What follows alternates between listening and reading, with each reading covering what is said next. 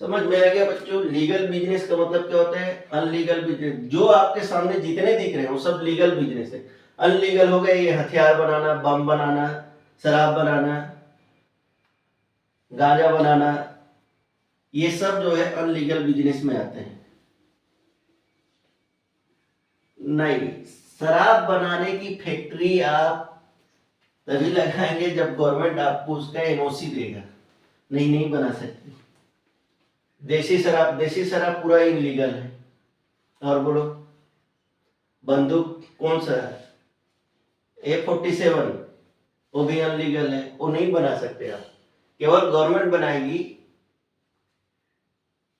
बताइए अपने यहाँ जो जितने मिसाइल हैं या जितने बंदूक हैं वो सब कौन बनाती है? गवर्नमेंट का कोई संस्था?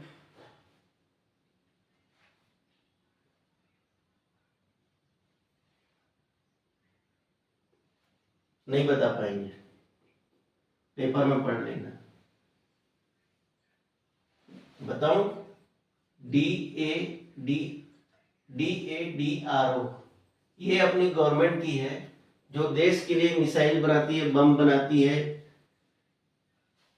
और रॉकेट वगैरह सारा बनाने का काम इनका रहता है। ठीक है, चलते हैं वित्तीय। तीसरा जो टॉपिक है अपना शब्द है वो है वित्तीय सौदे। मैंने शुरू क्लास इसी से चालू की थी। अब ये फिर ये पूरे जिंदगी भर रहेगा बच्चों। आप जब तक अकाउंट करेंगे तब तक वित्तीय सौदे, फाइनेंशियल ट्रांजैक्शन रहेगी।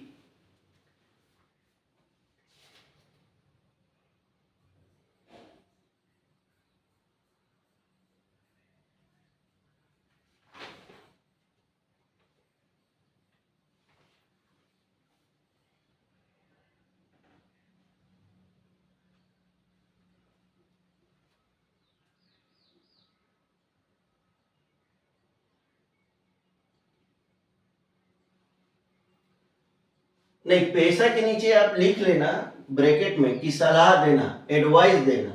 मैं लिखा नहीं, मैं आपको एग्जाम्पल से बताया। हाँ, पैसा के नीचे लिख लेना। ठीक है, आगे बढ़ते हैं। वित्तीय सौदे, जिसको कहा जाता है फाइनेंशियल ट्रांजैक्शन। सौदे का मतलब होता है बच्चों ट्रांजैक्शन। तो वित्तीय सौदे, मैंने पहले का जब तक आप मीनिंग नहीं समझोगे तब तक नहीं होगा। तो पहले क्या होना चाहिए अकाउंट के लिए? जिसका हम अकाउंट बना रहे हैं, बुक्स बना रहे हैं, उसके लिए ट्रेड होनी चाहिए। ठीक है, दूसरा अनलीगल होनी चाहिए। कैसे आलतू फालतू सवाल है यार कि सर कोई अनलीगल बिजनेस कर रहा है, मान लो शराब बना रहा है देसी, और वो मेरे को बुलाया अकाउंट करने के लिए, और मैं अकाउंट करता हूं, तो मेरा क्या होगा? तुम भी जेल जाओगे, सब जेल जाएंगे, जो पकड़ा है वो सब जेल। ठीक है, जब फालतू सवाल आ जाता है तुम लोग का। चलो, वित्तीय सौदे उन सौदों से है, उन सौदे, सौदे जिसको इंग्लिश में ट्रांजैक्शन बोलेंगे, ट्रांजैक्शन, ट्रांजैक्शन उन ट्रांजैक्शन से है या उन लेन देन से है। आप लेन देन लिखो, वर्ड लेन देन, उन लेन देन से है जिसमें मनी इन्वॉल्व हो, जिसमें, बोलते बोलते लिख लो बेटा, नहीं दिख, ज्यादा नहीं दिख रहा है तो। उन लेन देन उन सौदे से हैं जिसमें मनी इन्वॉल्व हो, मनी या मनी रकम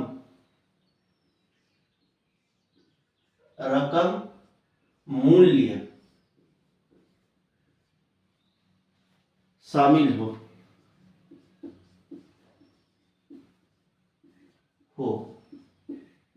सीधा अर्थ है। सीधा अर्थ ये है कि उन सौदे उन लेन देन से हैं जिसमें मनी शामिल हो। अब आप बोलोगे सर कि आप दुकान जाओगे, कोई भी दुकान जाइए, कोई भी शॉप, एक मार्ट है, आपने मार्ट गए, अब मार्ट समय आपने स्टेशनरी परचेस की। मान लीजिए एक एग्जांपल बता रहा हूं मैं, ये समझो मॉल है, ठीक है, मॉल गए और मॉल में आपने, ये मॉल का शॉप है, अब यहाँ पे ये शॉप वाले आपको सेल किए, ठीक है, मान लीजिए आपने 5,000 का आपने बाय किया, ठीक है,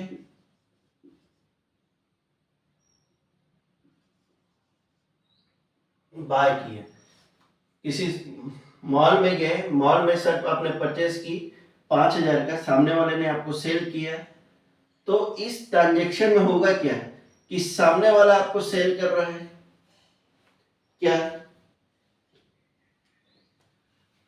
क्लॉथ, और आप उसके बदले में क्या दे रहे हैं, मनी।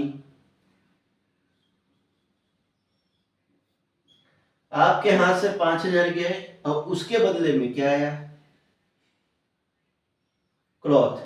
तो ये जो ट्रांजैक्शन है, कोई भी ट्रांजैक्शन या कोई भी सौदे या कोई भी वर्क, कोई भी एक्टिविटी या लेन देन जिसमें मनी शामिल है, उसे हम लोग वित्तीय सौदे कहते हैं। अब ये सवाल उठता है सर वित्तीय क्या फाइनेंशियल ट्रांजैक्शन इन्वॉल्व होगा तभी अकाउंटिंग होगी या उसके बगैर नहीं होगा? बिल्कुल सही, जब तक मनी इन्वॉल्व है तब ही अकाउंटिंग होगा, नहीं तो नहीं हो सकता। अब उदाहरण बताइए, जो गैर सौदे हैं, मैंने दूसरी क्लास में समझाया था एग्रीमेंट। हम यदि एग्रीमेंट करते हैं, ठीक है बच्चों, एग्रीमेंट, तो एग्रीमेंट में कोई भी मनी इन्वॉल्व नहीं होती। दो पार्टी होते हैं, दो पार्टी सौदा करेंगे कि भाई मैं 2 महीने बाद आपको इतना दूंगा, इतने पीसेस या इतने पीसेस लूंगा, एक एग्रीमेंट होता है। उस एग्रीमेंट का कोई भी मनी इन्वॉल्व नहीं होता। ये तो पहला उदाहरण हो गया। दूसरा उदाहरण देता हूं, जब तक नहीं, जब अब एग्जाम्पल बता देता हूं मैं। सपोज आपने इस एग्जाम्पल में समझो, ये इसका अपन अकाउंटिंग कर रहे हैं, किसका, मॉल का। तो मॉल वाले क्या है, एंट्री पास करेंगे, cash account debit to sale account, ठीक है, 5,000। तो बुक्स में उसके 5,000 कैश आ जाएगा और सेल में दिखेगा 5,000। तो जब तक, अब मैं इसको हटा देता हूं मनी को, तो क्या आप हवा की एंट्री करोगे? बताओ, समझ में आई ना मनी का। जब तक रुपए नहीं है तब तक आप अकाउंटिंग नहीं कर सकते, हवा का एंट्री नहीं होगी बेटे।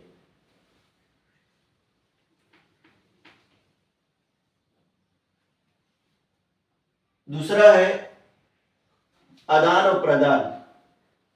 कई जगह ऐसा होता है कि भाई मेरे पास अनाज है, ये हो गए बच्चों, इसको मिटा देता हूं मैं, एक एग्जांपल बताता हूं। हाँ, और समझा देता हूं। आदान और प्रदान, ठीक है, एक ए है और बी है, ठीक है, दोनों के पास पैसे नहीं है, ठीक है, दोनों के पास पैसे नहीं है। अब ए कहता है कि मेरे पास अनाज है,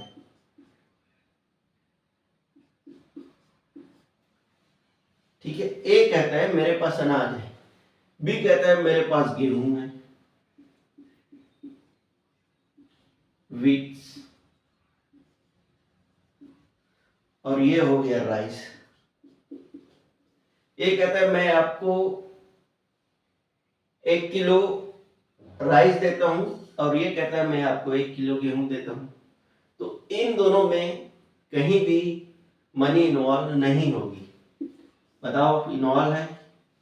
एक तरफ सामग्री गए, दूसरे तरफ सामग्री आया। आप यदि एक अकाउंटेंट हो तो ए के रिस्पेक्ट में क्या एंट्री पास करोगे, और बी के अकाउंटेंट हो तो बी के रिस्पेक्ट में आप क्या एंट्री बनाओगे? कुछ नहीं बन सकता सर, ना तो पैसे आए ना पैसे गए। जब तक पैसे नहीं है तब तक अकाउंटिंग नहीं। तो इसलिए हमेशा आप याद रखो कि अकाउंट के लिए फर्स्ट होनी चाहिए ट्रेड, दूसरा बिजनेस, तीसरा है ट्रांजैक्शन पे मनी इन्वॉल्व होनी चाहिए। ठीक है बच्चों, आ गई समझ में? इतना आगे बढ़े। ये टेक्निकल वर्ड है वाउचर। मैंने कहा ना आपको 3 क्लास जाएगी। अब आ जाते हैं मुद्दे वाली बातों पे। इतने तक थ्योरी चीजें थी जो आपको कॉन्सेप्ट तक बिठाना था, मैंने बिठाया। अब आते हैं मुद्दे वाली चीजें। सर फाइनेंशियल ट्रांजैक्शन का उदाहरण दे दीजिए।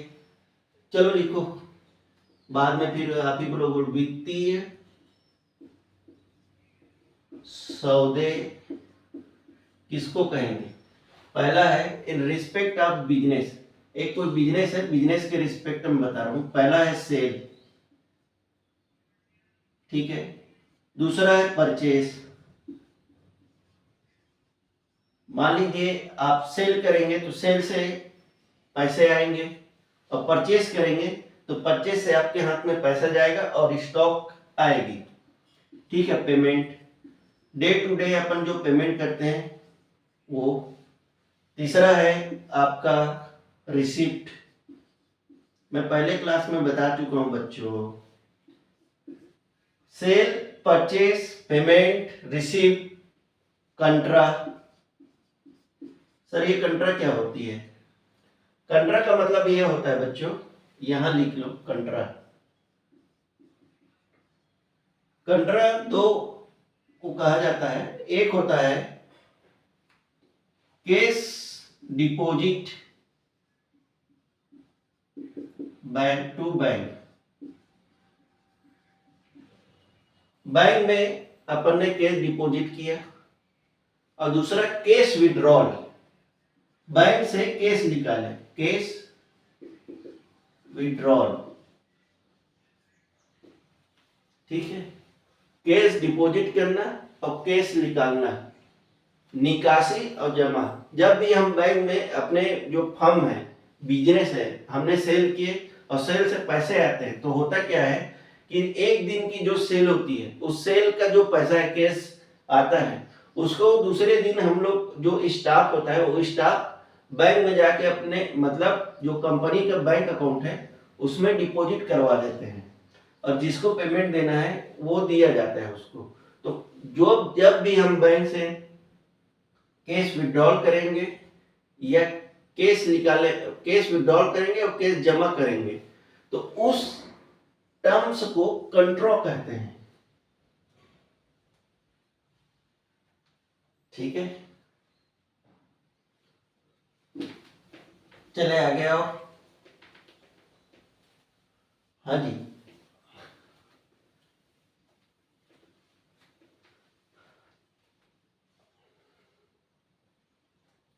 समझ में आ रहा है? अब आ जाइए प्रमाणक, जिसको हिंदी बच्चों इंग्लिश में लिखो। पूरी अकाउंटिंग इंग्लिश में होती है, मैं आपको हिंदी में इसलिए बताया कि अभी आप नए नए हैं। वाउचर,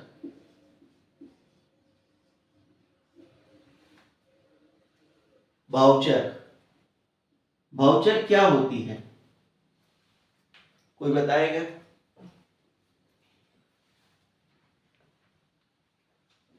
बताइए वाउचर क्या होती है? फर्स्ट ऑफ ऑल जो वाउचर होती है, मैं पहले समझा रहा हूं फिर लिखूंगा। वाउचर वो होती है जो एक अकाउंटेंट के द्वारा बनाया जाता है। कैसे बनाया जाता है? अकाउंटेंट इस बात को प्रूफ करता है कि कोई वित्तीय ट्रांजैक्शन हुआ है।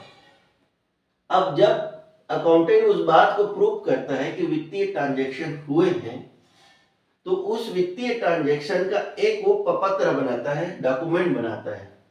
जो डॉक्यूमेंट बनाता है उसको कहा जाता है वाउचर।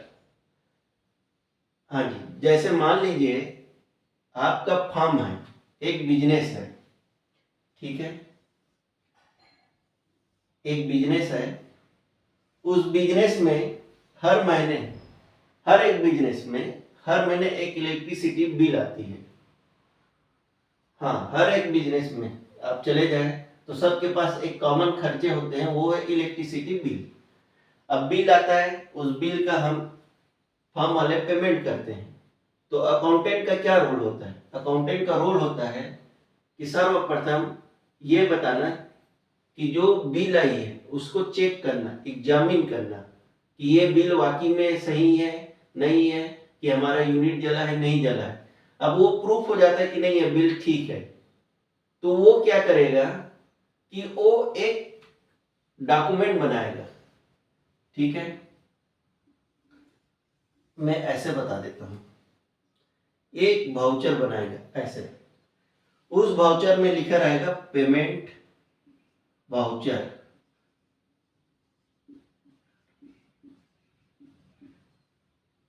ठीक है, ये अकाउंटेंट के द्वारा बनाई जाती है, एसी अकाउंट। ठीक है, यहाँ डेट रहेगा। ठीक है, ये यहाँ ऐसे रहेगा और यहाँ पे नरेशन लिखा रहेगा। ठीक है, ये पूरा कॉलम नरेशन का रहेगा। यहाँ अमाउंट एमटी और ये पूरे नरेशन। यहाँ पे अकाउंटेंट का साइन, एसी का साइन, यहाँ मैनेजर का साइन। ठीक है, और यहाँ रिसीवर का साइन, जो रिसीव करता है। अब मान लीजिए कि एक बिल आई इलेक्ट्रिसिटी का, उसकी 10,000 है, तो वो क्या लिखेगा? डेबिट करेगा इलेक्ट्रिसिटी,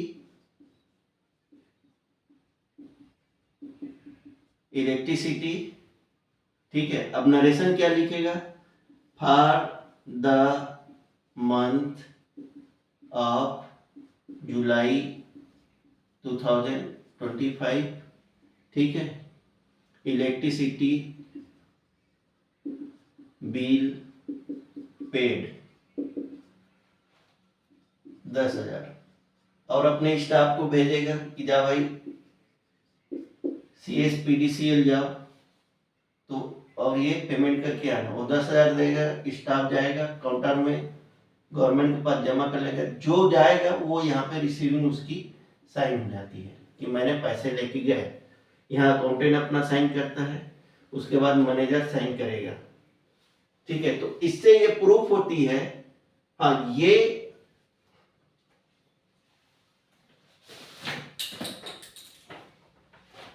हाँ जी, चलो मैं बता देता हूं। नहीं, मैं पहले वर्ड मिटा देता हूं, तब आपको समझ में आएगा। नहीं बच्चों, परचेस वाउचर का नहीं, मैं पहले वर्ड मिटा देता हूं कि किस कंपनी का है। आपको कंपनी पता नहीं चलेगी। ठीक है, ये ऐसा एक कागज होता है, देख लो आप। ठीक है, इस टाइप के एक वाउचर रहता है, या तो प्रिंटेड रहता है, पहले से प्रिंट किया हुआ रहेगा, या वो बना के रखेगा, टेली का प्रिंट निकाल लेगा तो, या पहले से एक छपा के रखते हैं बिल बुक। उसी तरह वाउचर बुक होता है, वाउचर बुक जब भी पेमेंट करें इस टाइप के। अब ये अकाउंटेंट बनाता है और इसके साथ में जो बिल CSPDCL की आई है उसको इसके साथ अटैच करेगा, यानी दो कागज होगी, एक वाउचर फर्स्ट और इसके पीछे जो है बिजली बिल लग जाती है और ये दोनों स्टेप हो जाता है। अब यहाँ पे ये रिसीवर का साइन है, जो पेमेंट करने जा रहा है वो रिसीव करेगा। और ऑथराइजेशन जनरली आपका अकाउंटेंट लोग करते हैं। ठीक है, ये ऑथराइजेशन किए, उसके पीछे लगा दिए वाउचर। ये समझो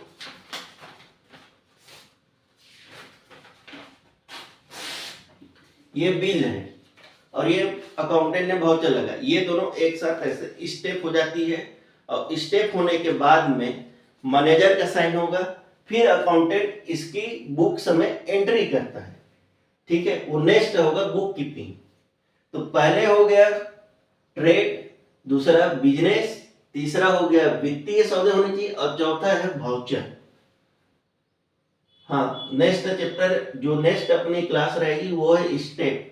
तो इसी स्टेप में अकाउंटिंग होती है। समझ में आ गया? मैं लिखवा देता हूं।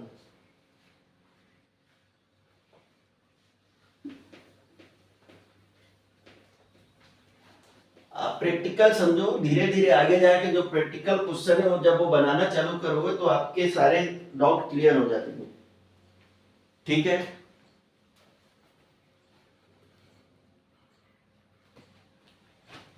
आज यही खत्म करेंगे, लास्ट बस हो गया। लिख लो बच्चों, कल 1 2 3 4 पूरे एक चैप्टर खत्म हो जाएगी।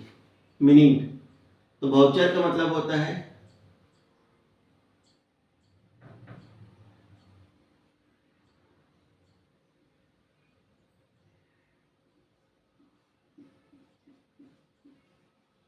अकाउंटेंट द्वारा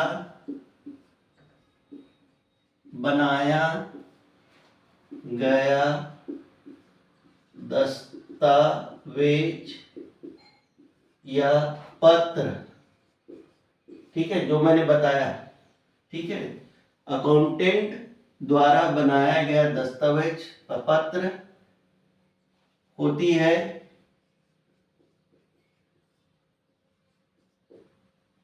जिसमें, लिखो इसको पूरा लिखना, जिसमें वित्तीय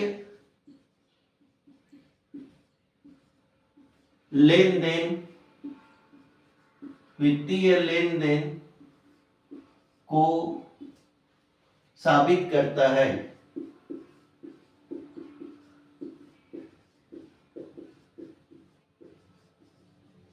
ठीक है। वित्तीय लेन देन को साबित करता है। आपके बुक्स में भी यही सेम डेफिनेशन है, नहीं थोड़ा चेंज है बस, लेकिन उसका मीनिंग ही यही है। तो है वाउचर वाउचर वाउचर लेन देन को प्रमाणित करने के लिए लिखित पत्र या प्रमाण पत्र। अब नहीं, अकाउंटेंट ही बनाता है, पूरा नहीं लिखा है लेकिन बता रहा हूं अकाउंटेंट ही बनाएगा। सर इसको नहीं बनाए तो क्या होगा? नहीं बनाने से क्या होता है, मान लीजिए इलेक्ट्रिसिटी बिल है, गल्ले में पैसा है, गल्ला से आप 10,000 निकाले, तो 10,000 दे दिए स्टाफ को, जा तू पेमेंट करके आ। जब वो जाएगा और पेमेंट कर देगा, ठीक है, तो बाद में मालिक बोलेगा 10,000 कहाँ है?